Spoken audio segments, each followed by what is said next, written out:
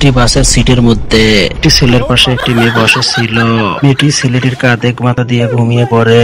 ছেলেটি নিজের মধ্যে ফিলিংস অনুভব করতে থাকে।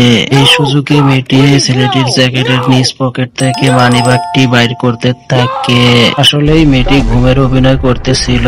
ড্রাইভার মেয়েটির এই ঘটনা লুকিং গ্লাসে দেখে ফেলে। মেয়েটি পাশে থাকাতে ছেলেটি নিজেকে অন্যরকম ফিল মনে করে। মেয়েটি কাজ সেরে ছেলেটির কাঁধের থেকে মাথা সরিয়ে নেয়। ছেলেটি কি করলো মেয়েটির সাথে তা দেখার আগে ভিডিওতে একটি লাইক করে দিন। ছেলেটি মেয়েটিকে আপন ভেবে তার কাঁধের উপরে হাত উঠায় দেয়। মেয়েটি ছেলেটির গালে থাপড় দিয়ে চলে যেতে থাকে।